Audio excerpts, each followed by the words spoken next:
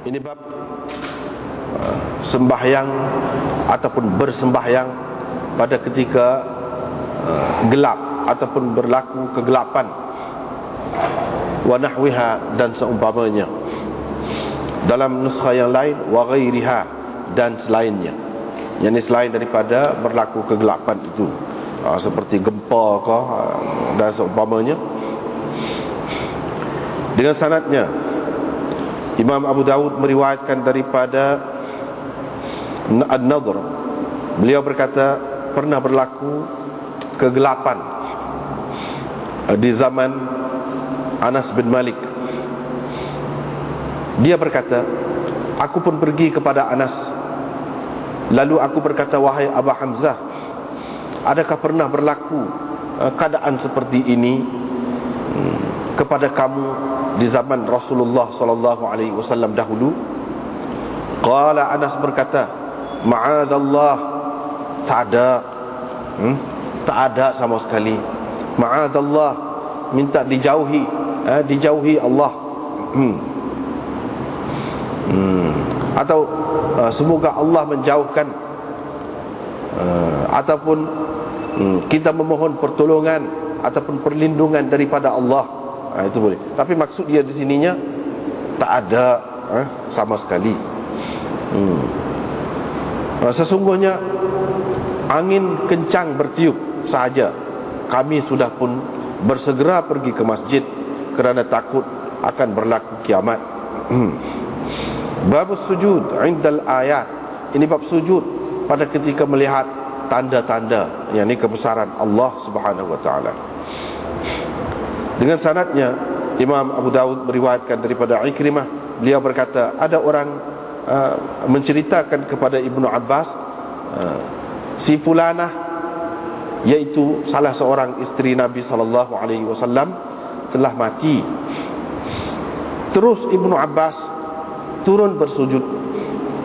Faqila lahu, maka orang berkata kepadanya, adakah engkau bersujud pada ketika ini? Faqala, Ibnu Abbas pun berkata, Rasulullah sallallahu alaihi wasallam telah bersabda, apabila kamu nampak sesuatu tanda,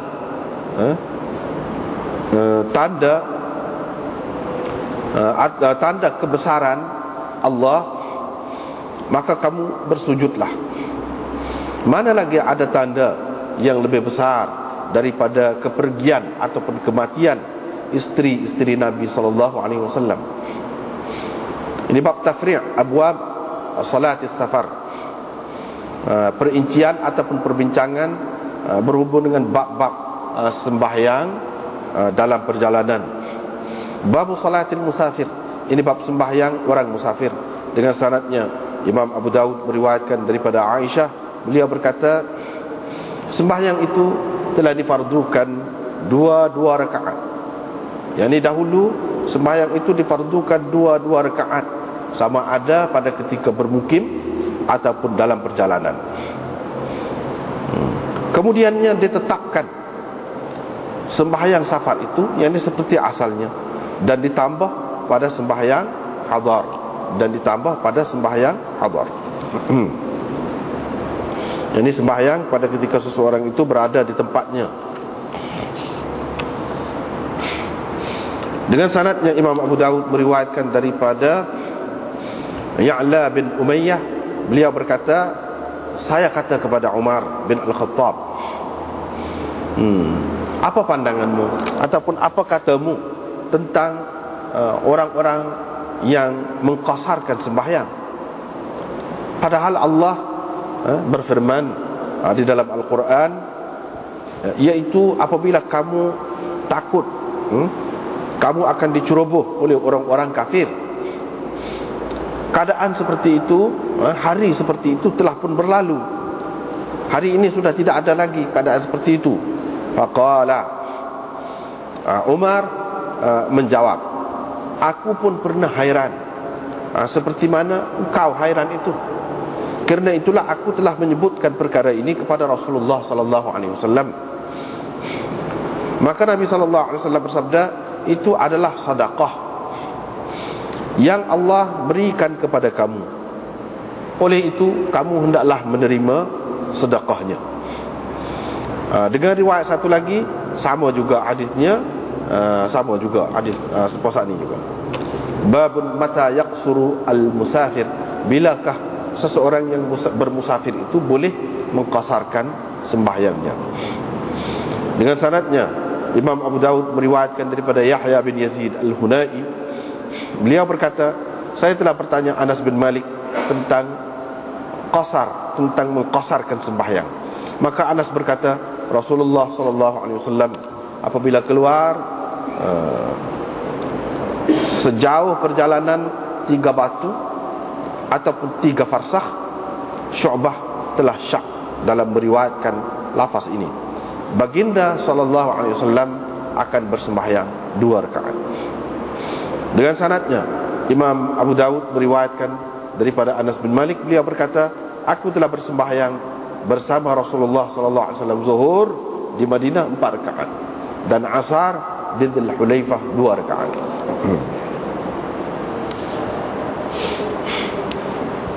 Mula-mula malam ni iaitu berkenaan dengan sembahyang pada ketika berlaku kegelapan.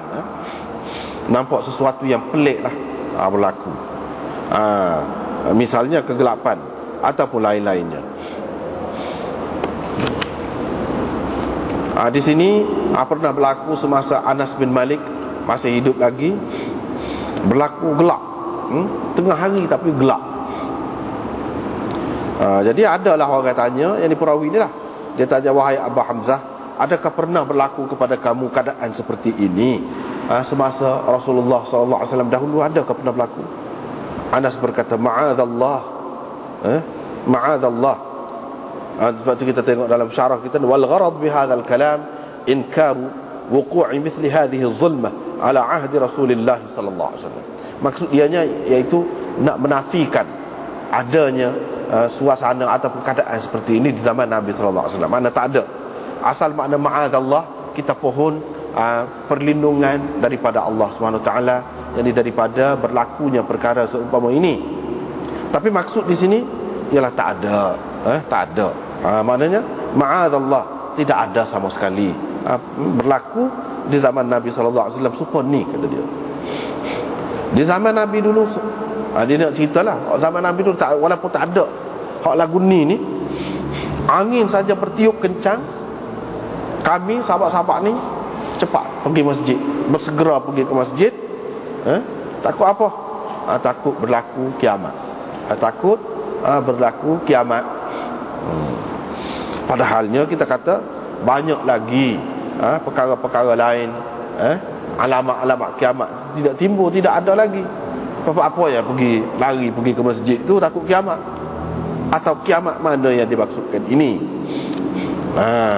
Kalau kita nak kata kiamat hak besar tu,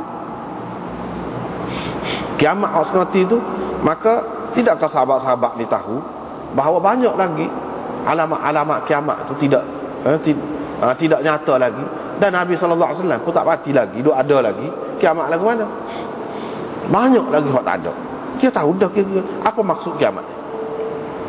Satu, kalau kita pakai kiamat dengan makna kiamat sungguh, maka sesuatu yang besar itu kita kena ingat semua. Supaya Dajjal lah, walaupun tak ada dengan kita, Dajjal hak sebenar tu, tapi oleh kerana Nabi SAW sebut benda tu sebagai suatu perkara yang besar, kita kena ingat semua hak tu. Hak tu kena letak depan. Supaya apa? Supaya anak cucu ni beringat semua, generasi kemudian ni beringat semua kepada perkara tu, walaupun perkara tu lambat lagi berlaku ataupun tidak berlaku. Itu kalau kita kata mengikut makna yang pertama, yang ni kiamat ni makna kiamat sungguh.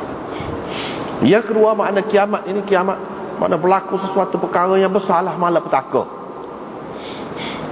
Dalam keadaan berlaku malapetaka tu, dia nak ayat di sini hak anjuran Nabi sallallahu alaihi wasallam, hak Nabi sallallahu alaihi wasallam takrirkan, makna membenarkan. Nabi sallallahu alaihi wasallam terima, dia tak kata apa sahabat buat gitu, bahkan dia pun buat lagu tu juga. Iaitu dalam keadaan mungkin berlaku malapetaka tu, hak moleknya kita pergi mana? Kita pergi masjid. Kita pergi ke masjid. Sebab apa? Masjid itu tempat suci.